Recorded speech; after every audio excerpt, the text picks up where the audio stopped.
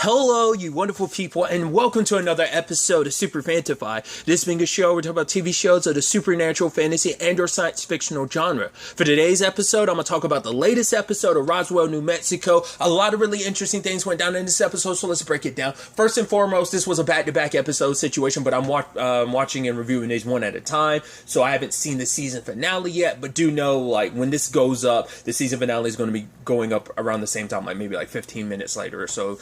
Just kind of keep that in mind. But focusing on this episode, we're immediately picking up previously where episode 11 ended with them all trapped in Jones's mindscape. And he knows exactly what to do to poke and prod into everyone's insecurities and stuff like that. Obviously, poking into Liz's about like, oh, to deal with the devil. And it's like, wait, what deal? It's like, Liz kept like that deal to herself just because she wasn't going to take it, but now the others know that there's a deal at the table. Like Isabel immediately later on kind of starts throwing it in her face of like, yeah, like whatever secret deal you made with the devil. Then like he's poking at Isabel's insecurities of just like being like never living up to her mom. Like it's like, oh, like you're not good enough. Poking at Max of like, oh yeah, like that without that spark, that you're nothing. Even you're worried that obviously that applies to someone else, how someone else might view you that way, which that plays a bigger role in the episode. And then finally gets to Dallas, and Dallas is like, yeah, go ahead and poke and say whatever you want to, because he's like, oh, look at these people, they're not even your friends. They look at you as kind of just a means to an end. But he's like, yeah, go ahead and say whatever you want to. Like my dad showed me everything you did against him, and he stood up against you every time. And he's like, yeah, but still, look where that ended up with Theo. And then he got to Michael, but he couldn't, because like I said, you noticed, like I brought it up last episode, Michael was the only one actually standing. Everyone else was like forced to sit down, but that shows like Michael had a little more pushback in the mindscape.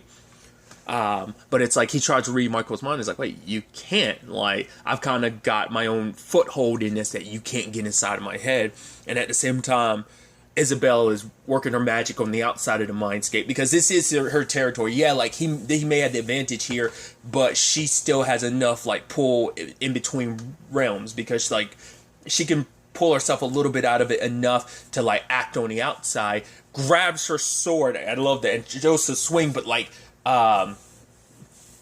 obviously, in that moment, Jones snaps back, grabs his sword, shatters hers, and like brings everyone to their knees. Even like the shards flying into Dallas. I wasn't expecting it. I thought there would probably be a little bit more. Like I even brought up last episode, I thought the entire episode was going to take place in the mindscape, but it's like, nope, that was resolved in a matter of minutes. That went down, probably seconds when you actually think about the grand scheme of the mindscape, but it's still just like that went down in a blink of an eye. I was actually kind of surprised, but he grabs Michael and bounces. They're left taking care of Dallas. Obviously they can't take him to the hospital, so they have to call Kyle, who met up with Maria, who when all this was going down had a vision of 3 coffins, and obviously she can't reactivate the vision and figure out what's going on. Which I think might be a good thing, because I'm like, oh, that could trail back into a bad space, again, of just kind of pushing herself to do that, and like what kind of toll that would take on her. But luckily yet sadly, like she can't activate the visions again, so obviously they can't get in touch with anybody. So Kyle went there to check on Maria, and Maria's just kind of like, because he was like, oh yeah, there are lilies up there, and it's like, she's like, no, why? That's very specific. He's like, well, they're Isabel's favorite flower. It's like, how would you know that? It's like, everybody knows that. And she's like, trust me, not everyone does. And it's just like, yeah, she's like, oh my god, you're in love with Isabel. He's like, no, I'm not. I like her. It's like, yeah, but she's with Anastin. He's like, I know, like, it's not like I'm planning, this was never a part of my next 5-year planning, it's just like, yeah, it's complicated. But then got a call from Isabel about helping Dallas, so they all end up going to Deep Sky, because the closest thing to a facility that isn't an actual hospital. So everyone is there. We did hear from Heath that like Sheriff Taylor's fine, but she's got a lot of questions. So that's going to be something we're going to have to deal with in the aftermath of like all her questioning, like how you're going to deal with that. But Kyle is performing surgery on Dallas, but I also love that like Isabel's like, no, I'll help. He's like, no, Max can. She's like, no, like these are kind of my sword. I'm wondering because she was like, I kind of need it afterwards. So I'm wondering is she planning on like either using those shards against Jones later on, or is she going to try and recreate her blade or her mom's blade? I don't know. We'll have to wait and see on that front. But it's like, yeah, like, I mean, because I'm sure the shards could still be used like telepathically of like, well, I mean, not telepathically, telekinetically, just like thrown at somebody if you hit the mark.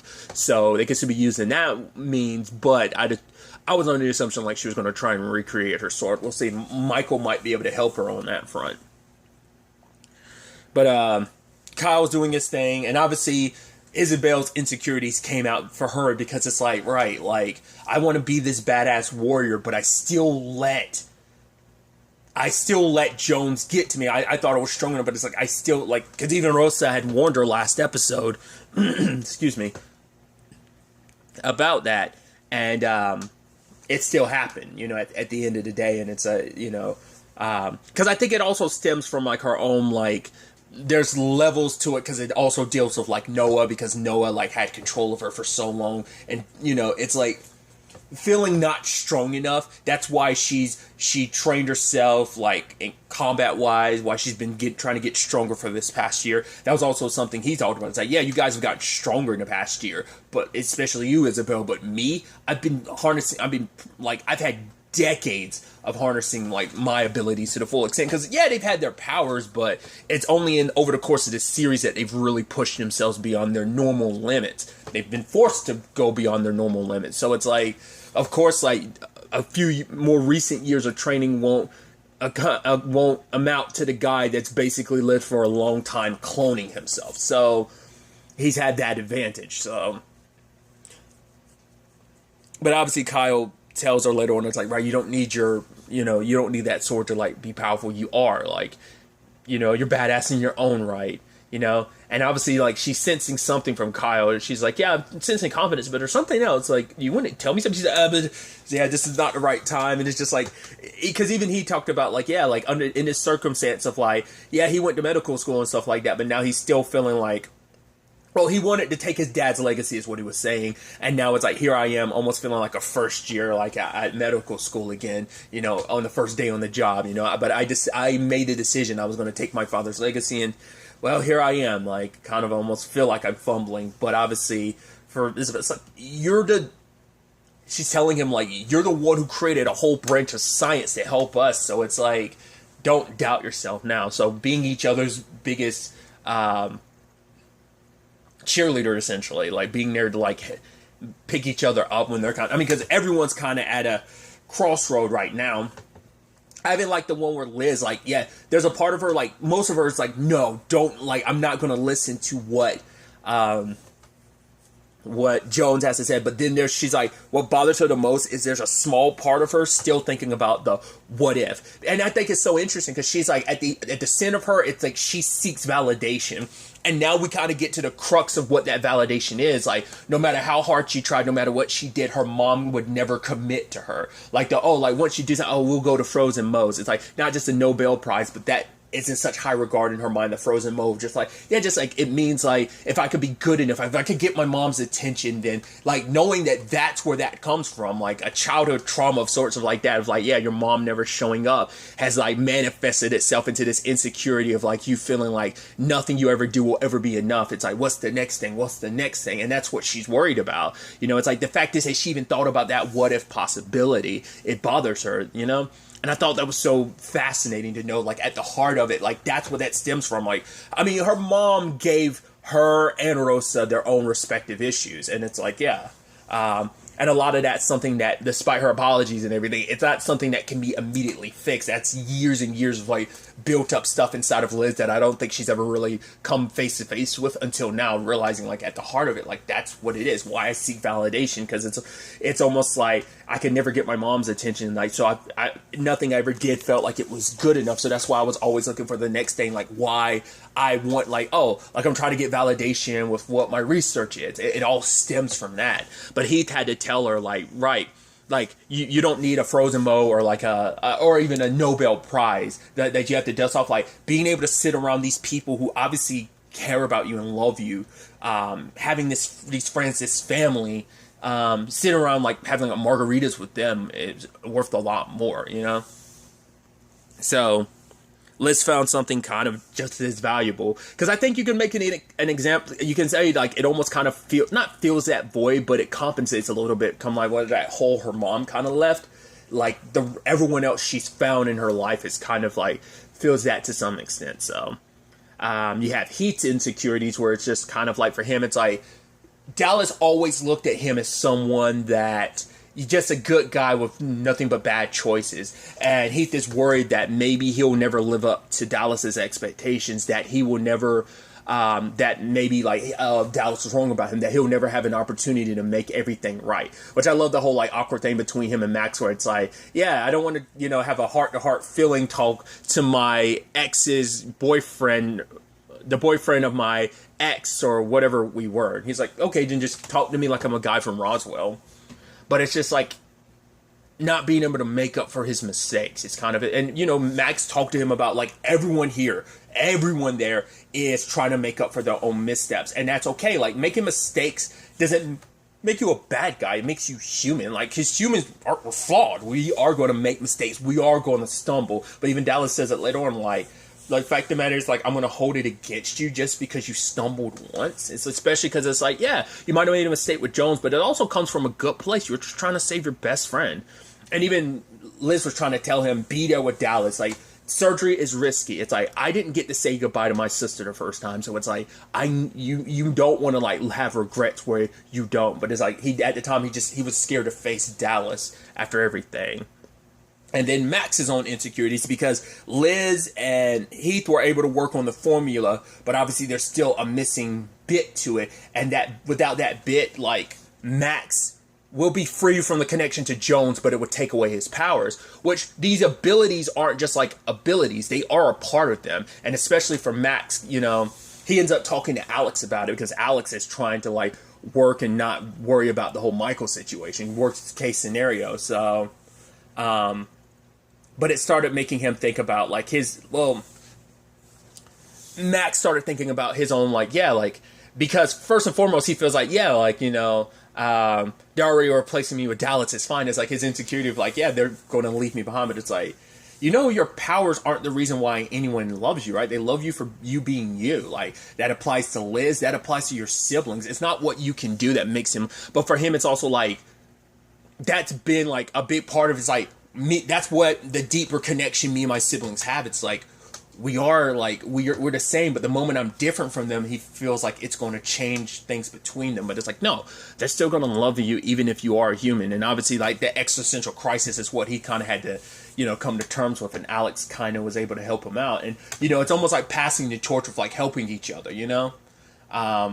So Alex helped Max, and Max was able to help Heath, you know? And then eventually Heath was able to go help Isabel and Kyle with the whole Dallas situation, getting the final piece of the formula, pulling out that final shard and, you know, getting him sewn up and okay. So I thought that was quite fascinating how that ended up playing out in that regard, so. It was almost symbolic of, like, this family kind of coming together at the end. Like, yeah, despite their respective issues, them, like, being able to put everything aside and come together and be there for each other in this moment. I think that was kind of, like, an important step of, like, a lot of their insecurities getting pushed to the wayside, but also just, like, them, instead of moving backwards, them all finding a way to move forward in their own respective ways. Because even Liz is like, you are more than just, like, your alien powers and stuff like that. Max is like, I do love you. So it's like, no matter who or what you become after this, like, nothing's going to change that, you know?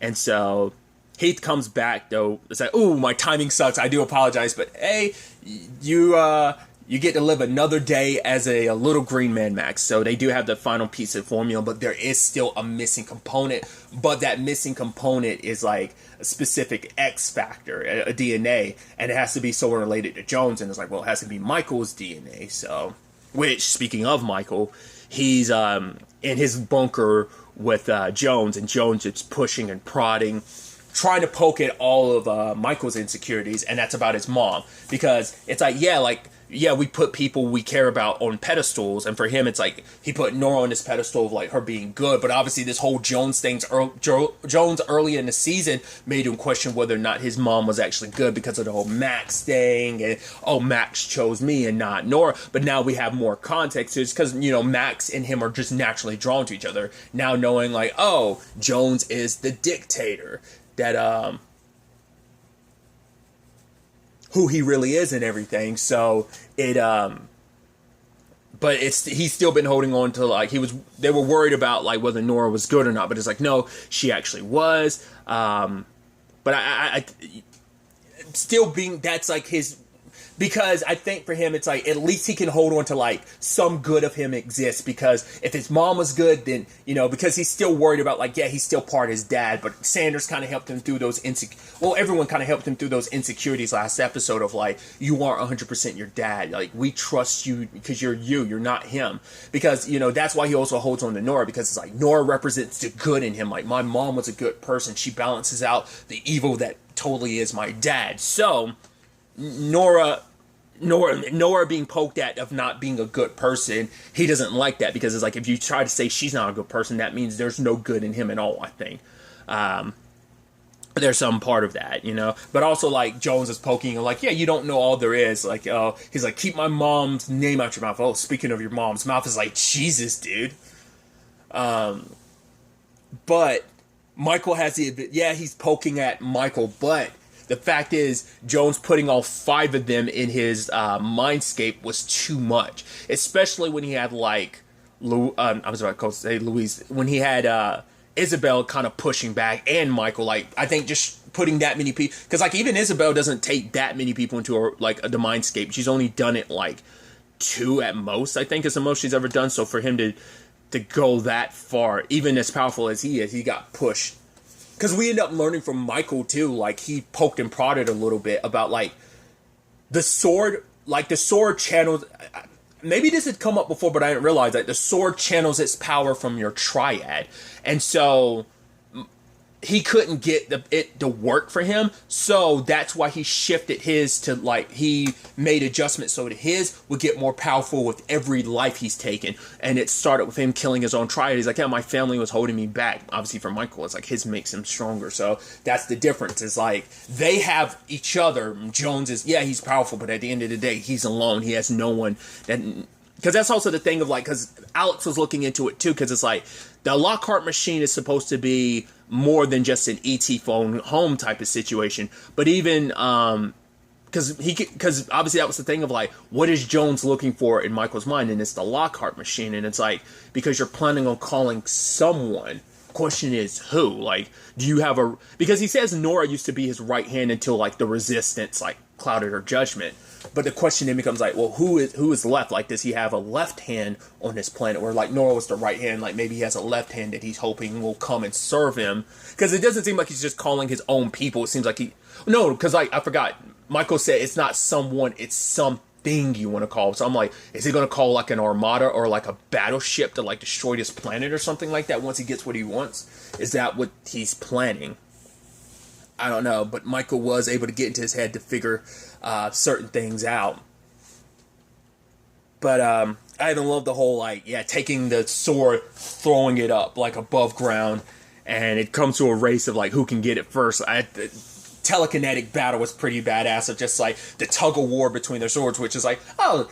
came up recently in something, I won't spoil it, but something recently had a similar tug-of-war thing. Obviously, it played out a little different, and that tug-of-war turned into an infinite situation.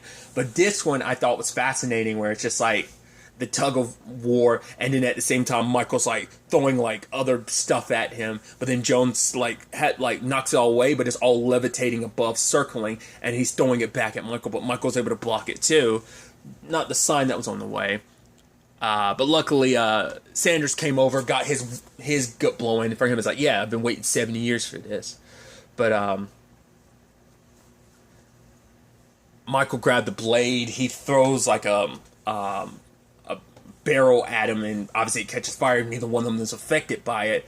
and he ends up stabbing Michael. Granted, not all the way through, so either he did it just because there's still something he needs, or it's just like, and you are my son, I'll leave you to bleed out, but I won't fully kill you. But he got what he needed about the Lockhart machine and left Michael. Luckily, Maria was using the tarot cards, and they were pointing her in certain directions. One being like the final card at the bottom was catastrophe. So I'm blanking on what the other ones were, but obviously none of it was good. Especially like the final one being catastrophe. But then like she threw them up in the air, and then it turned into like the ceiling blade of like the bunker, and she knew to go to the junkyard, and she was there to help Michael. Granted, she had to staple his wound closed, so that sucked. But well, they came just in time when everything's going sideways, because Jones arrives just as they finish the concoction, and everyone rolls up, but he's threatening Eduardo, Kyle, and Heath.